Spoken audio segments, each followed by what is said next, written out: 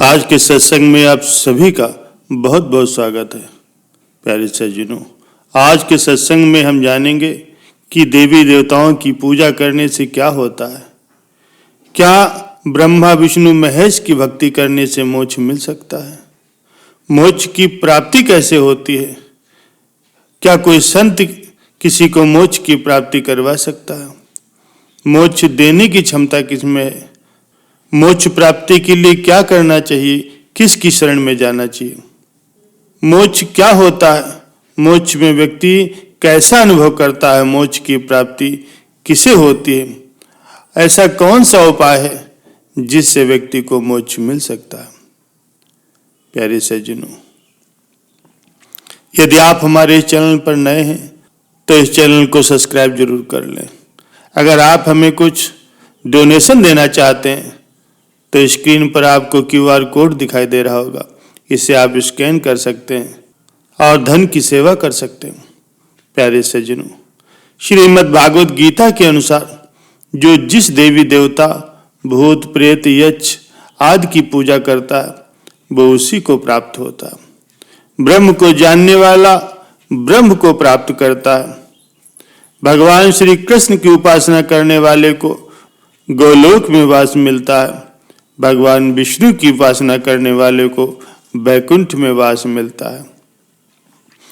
प्यारे सज्जनों, जन्म और मृत्यु के चक्र से छूट जाना, आत्मा का जन्म और मृत्यु के चक्र से मुक्त हो जाना ही मोक्ष कहलाता है।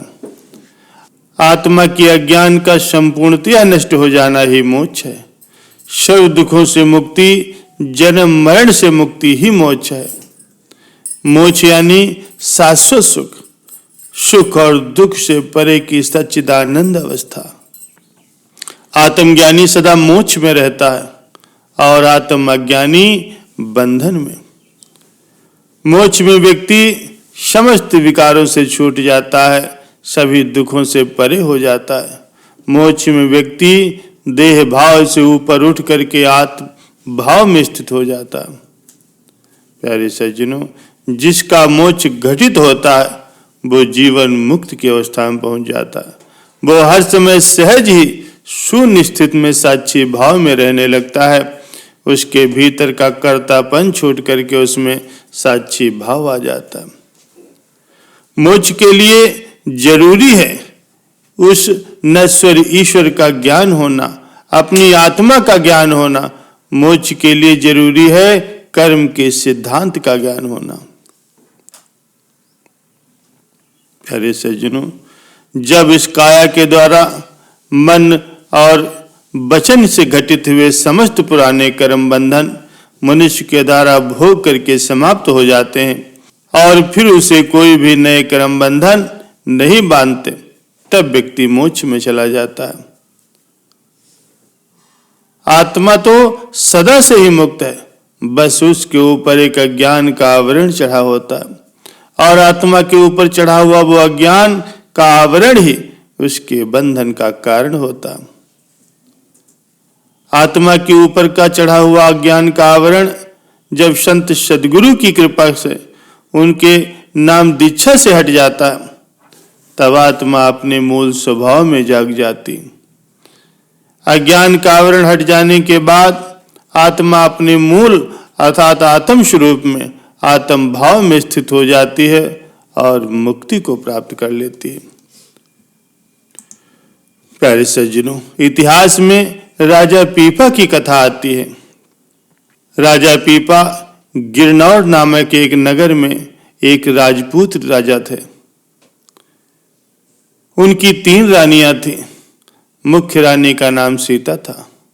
उस समय काशी में आचार्य रामानंद जी रहा करते थे। वे अपनी मंडली बना करके ज्ञान का प्रचार किया करते थे। एक बार स्वामी रामानंद जी गिरनौर शहर में गए। राजा को पता चला कि स्वामी रामानंद जी आए हैं। उनका नाम बहुत प्रसिद्ध था। राजा पीपा देवी दुर्गा जी के परम भक्त थे और माता जी को ही सर्वोच्च शक्ति मानते थे। राज्य में समस्त सुख माता दुर्गा के ही आशीर्वाद से ही मानते थे। राजा को जब पता चला कि स्वामी रामानंद जी माता दुर्गा के ऊपर भी किसी को परमात्मा बताते हैं और कहते हैं कि माता दुर्गा की शक्ति से जन्म मरण और 84 लाख योनियों के शरीरों में कष्ट उठाना समाप्त नहीं हो सकता। तो ये सुनकर के राजा को अच्छा नहीं लगा। राजा ने स्वामी जी को अपने महल में बुलाया और कहा कि आप तो कहते हो कि दुर्गा देवी के ऊपर भी कोई अन्य परम प्रभु है। माता जी की पूजा से जन्म मरण और 84 लाख के दुखों और कष्टों से मुक्ति नहीं मिल सकती और जन्म मरण का बंधन कट नहीं सकता और परमात्मा की भक्ति के बिना 84 लाख प्रकार की योनियों वाला कष्टपूर्ण जीवन समाप्त नहीं हो सकता। राजा ने बताया कि मैं प्रत्येक अमावस्या को माता जी का जागरण करवाता हूँ, भंडारा करवाता हूँ और माता दुर्गा मुझे प्रत्यक्ष दर्शन देती है, मुझसे बातें करती है।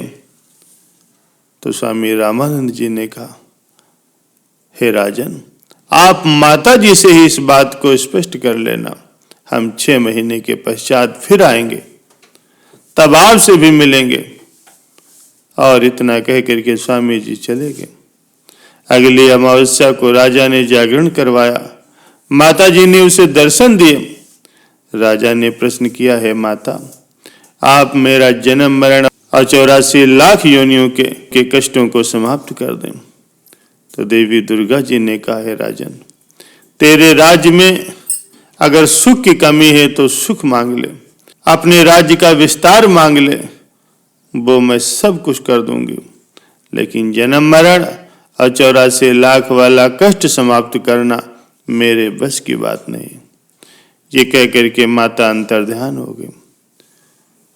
राजा पीपा बेचैन हो गए कि यदि जन्म मरण समाप्त ही नहीं हुआ तो फिर भक्ति करने से क्या लाभ। स्वामी जी 6 महीने के बाद आएंगे और 6 महीने का समय तो बहुत लंबा होता है।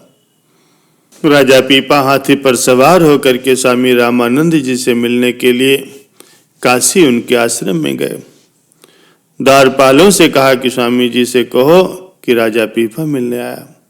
स्वामी जी ने कहा, मैं राजाओं से नहीं मिलता, भक्तों और दासों से मिलता हूँ। राजा को जब जवाब मिला तो उसी समय हाथी से उतर करके अपने आभूषण उतार करके वो साधारण व्यक्ति बन करके आश्रम में आया और कहने लगा, एक पापी दास गिगनौर से स्वामी जी से मिलने के लिए आया है। ये सुन करके स्वामी जी बड़े प्रसन्न हुए। पीपा ने कहा, अब मैं आपके पास रह करके ही अपना जीवन बिताऊंगा। स्वामी जी ने कहा, नहीं, आप अपने घर जाओ, मैं शीघ्र ही आपके पास आऊंगा और घर से ही आपको ठीक से बैरागी बना करके लाऊंगा। स्वामी जी को पता था अगर राजा यहीं रह गया तो कुछ दिनों के बाद रानियां आएंगी और यहाँ पर हाहाकार मचाएंगी, इसलिए उन सब के सामने ही इस राजा को संन्यास देना उचित था। स्वामी रामानंद जी 1 महीने के पश्चात ही राजमहल पहुंच गए। राजा पीपा ने स्वामी जी को अपना गुरु धारण किया, राज त्याग कर उनके साथ काशी चलने का आग्रह किया। राजा के साथ साथ तीनों रानियों ने भी घर त्याग कर संन्यास लेने को कहा। ये सुनकर के राजा को चिंता हुई। उसने गुरु जी को बताया कि ये रानियां अभी तो उमंग से भरी हैं, लेकिन रूखा सूखा खाना, धरती पर सोना, अन्य समस्याओं को झेल न सकेंगे और मेरी भक्ति में भी बाधा बनेगी। स्वामी रामानंद जी ने कहा, मैं इस समस्या का समाधान कर सकता हूँ। और रानियों से कहो कि तीनों रानियां अपने अपने गहने घर पर छोड़कर हमारे साथ चलें। सीता ने तो अपने आभूषण त्याग दिए और उन दोनों रानियों ने कहा, हम अपने आभूषण नहीं त्याग सकते। तो राजा ने कहा, सीता भी तो बाधा बन सकती है। स्वामी जी ने कहा, सीता बाधा नहीं बनेगी, इसे अपने साथ ले लो। और राजा पीपा और रानी सीता दोनों रामानंद जी के आश्रम में आ गए और काशी में रह करके गुरु आज्ञा के अनुसार भक्ति की। जैसा खाना मिला खाया, जैसे वस्त्र मिले पहने और श्रद्धा से भक्ति करने लगे और अपने जीवन का कल्याण कर लिया।